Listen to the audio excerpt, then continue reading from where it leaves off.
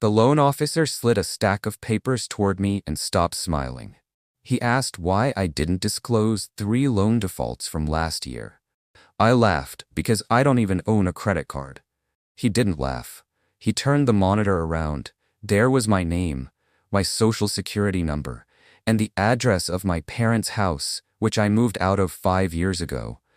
I stared at the computer screen at the bank, and the number swam before my eyes. $80,000. That was the amount of my debt, but I worked as a waitress and saved every cent in a shoebox. I never took out loans. The officer looked at me with suspicion. He thought I was a scammer. I tried to explain it was a mistake. The system glitched. This couldn't be happening. He silently printed the transaction history. The first line was dated the day of my 18th birthday. A purchase of luxury furniture, then electronics, then renovations.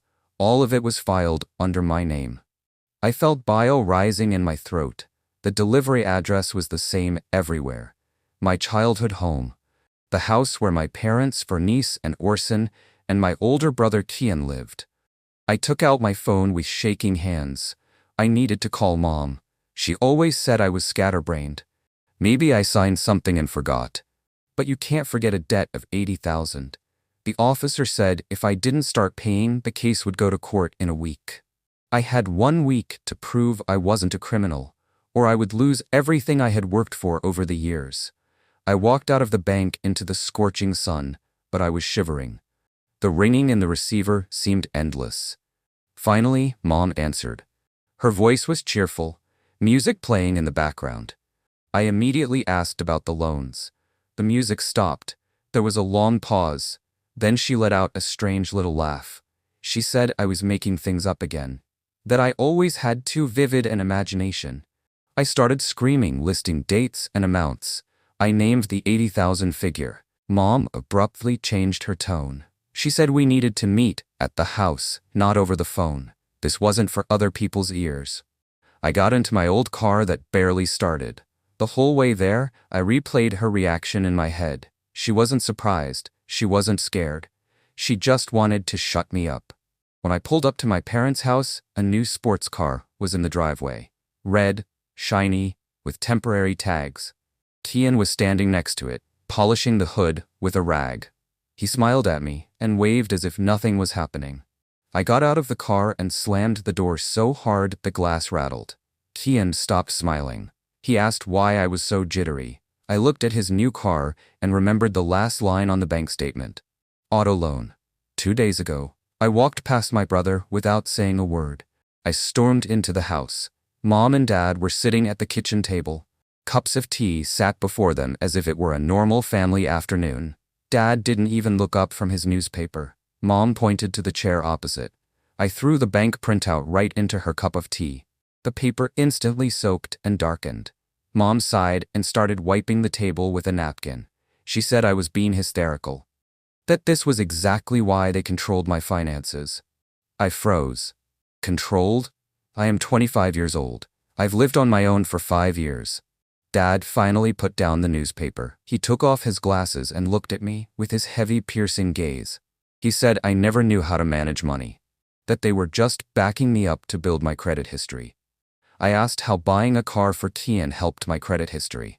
Kian walked into the room. He stood behind Dad, arms crossed. They looked like a wall I had been banging against my whole life. Kian said the car was under the family trust, and my name was there, just technically. It was a lie. I knew it, but they spoke so confidently that for a second, I doubted my own sanity. I demanded to see the documents for the trust. Dad chuckled. He said I wouldn't understand the legal terms, that I shouldn't bother my pretty little head with complex things. This was their standard tactic.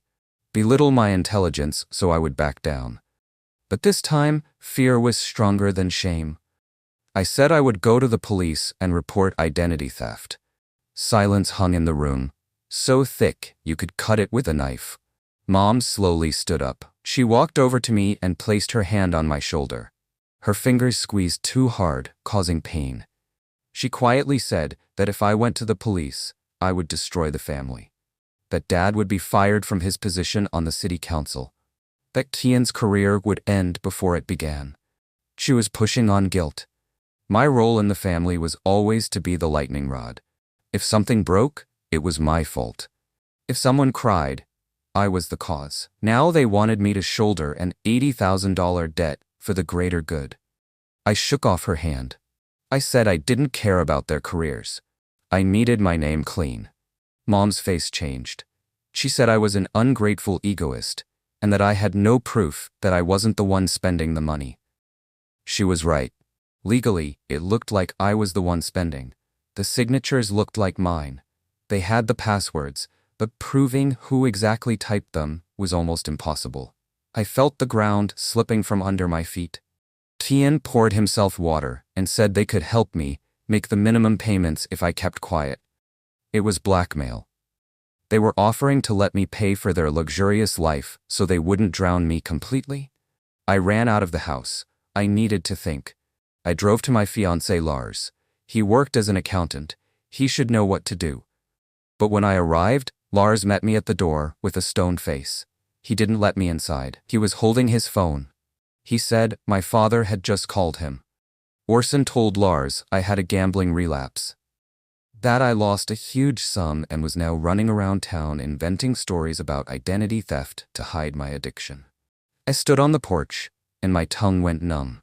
I had never gambled in my life, but the lie was so monstrous and detailed that Lars believed them, not me. I tried to grab Lars's hand, but he recoiled. He said my father warned him about my aggression. They had prepared the ground in advance. They knew I would go to the bank.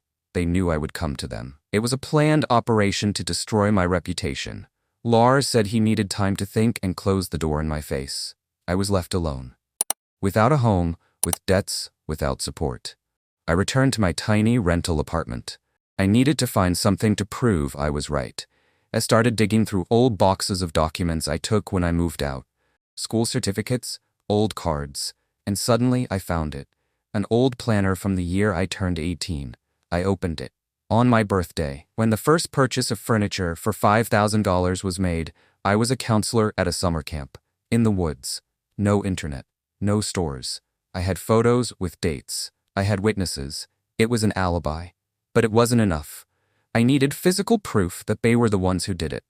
I realized the evidence could only be in one place. In Dad's office, in his old green safe. He kept everything there. From birth certificates to tax returns. The safe code hadn't changed in 20 years. Their wedding anniversary. But getting into the house was a problem. They surely changed the locks or set the alarm after my visit. I decided to be cunning. The next morning I called Mom. I spoke quietly, sobbing. I said Lars dumped me. That I admit, I have problems. That I am ready to get treatment for gambling addiction if they help me with the debts. Mom bought it instantly.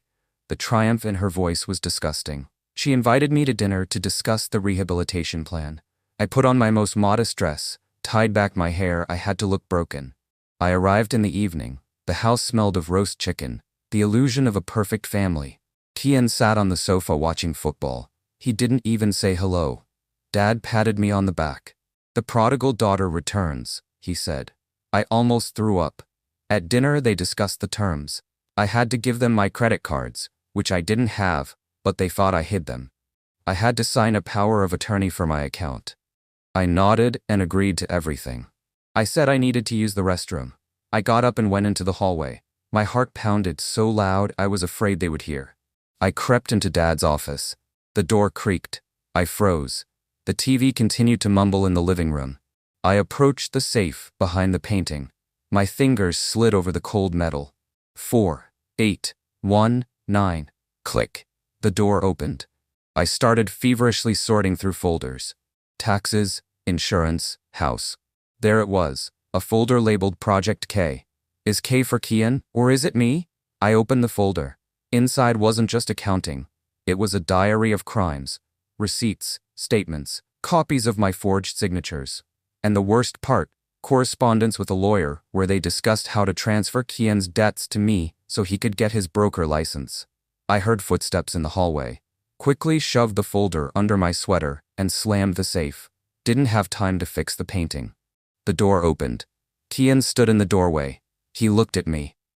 then at the crooked painting, then at my bulging sweater. His face contorted. It wasn't anger, it was panic. He yelled, "Dad!" I pushed him. He didn't expect it. He was bigger, but I was desperate. He flew into the bookshelf. I ran into the hallway. Dad was already running towards me. He blocked my path to the front door. "Give it back, Ilara," he growled. He wasn't playing the nice daddy anymore. I veered into the kitchen, to the back door. Mom was standing there with a carving knife in her hands. She wasn't threatening me with it. She just froze, but the sight was terrifying. "You don't understand what you're doing," she said calmly. "We are saving the family." I grabbed a heavy fruit bowl from the table and hurled it at the window. The glass shattered into pieces. The sound of breaking glass paralyzed them for a second. I didn't climb through the window. It was a distraction. While they looked at the shards, I bolted back into the hallway, slipped past Dad, and flew out the front door. I ran to the car, hearing Dad's screams behind me. The keys fell out of my pocket into the grass. I fell to my knees, fumbling in the dark. Adrenaline was off the charts. Found them, jammed it into the lock. The car started on the third try. Q was already running out onto the porch. I floored it, driving over their perfect lawn, leaving deep ruts. I drove blindly. I needed to go to the police, but I realized Dad would call there first. He had connections. He would say I stole money and documents, that I was insane. I needed a safe place. I drove to a 24-hour mall parking lot. There were cameras and people. I locked myself in the car and turned on the light. I opened the folder. Everything was there. Kian's new car, his betting losses, payoffs to some girl, and my signature everywhere. My phone started blowing up. Mom called, then Dad, then Kian, then Lars. I turned off the phone. I started photographing every document with the camera of an old tablet lying in the glove compartment. I needed copies. In the documents, I found something else. Life insurance in my name. The beneficiaries were my parents. The sum was huge. If something happened to me, they would cover all debts and still profit. A chill went down my spine. They didn't just use me as a wallet. I was their backup asset, dead or alive. In the folder lay a sheet titled Plan B. It detailed how to declare me incompetent through the court, using testimony from a psychiatrist, a family friend. This explained the gambling addiction story. They had been preparing this for years, collecting evidence of my instability. Every argument I had with them, every emotional breakdown was recorded and filed. I realized I wasn't just a scapegoat, I was a project. I sat in the car until dawn. In the morning, I drove not to the police, but to the state attorney's office. I knew the local cops, ate out of my father's hand. I needed someone higher. I sat in the waiting room for 4 hours, refusing to leave. I clutched the folder until my knuckles turned white. When the assistant attorney finally saw me, I laid it all out. I showed the camp alibi. I showed Plan B. I showed the correspondence. He listened silently. The more he read, the higher his eyebrows rose. He asked if I was ready to testify against my own family, against a politician father, against my mother, against my brother. I said yes. In that moment, I realized I didn't have a family. I only had captors pretending to be relatives. The assistant attorney called security to escort me. He said this was a case of grand fraud, forgery, and conspiracy. The arrests began 2 days later. It was all over the news. City councilman accused of stole daughter's identity. I saw footage of Dad being led out in handcuffs. He didn't look at the camera. Mom was led out next. She was screaming that I was an ungrateful wretch, that they gave me life. Kian tried to flee through the backyard, but he was caught. The funniest part was that the car he tried to escape in was evidence in my name. Lars crawled back to me with flowers. He said he was blinded by their lies, that he loved me. I closed the door in his face. A man who believed I was a gambler without asking a single question wasn't what I needed. I was left alone in an empty apartment. But for the first time in 25 years, I felt not loneliness, but freedom. My phone was silent. No one called to tell me I was worthless. My credit history was ruined, but the prosecutor promised to help clear the records after the trial. A year has passed. The trial was long and dirty. They tried to paint me as crazy, but the Project K folder was an ironclad argument. Dad got 5 years. Mom got probation for complicity. Tian got community service and a huge fine. I moved to another state. Changed my name. Not because I'm hiding from the law, but because I want to erase any connection to them. Now I am Alara. I work at a bank, helping people detect financial fraud. Every time I see a scared client saying, "That's not my signature," I believe them. I know what perfect families look like on paper, and I know that sometimes the most dangerous enemies are the people who tuck you in as a child. I didn't forgive them, and I will never forget. But I no longer pay for their sins. I only pay for my coffee, and it's the best cup of coffee in the world. If you enjoyed this story, subscribe to the channel, like it, and click on the bell so you don't miss any more stories. See you soon.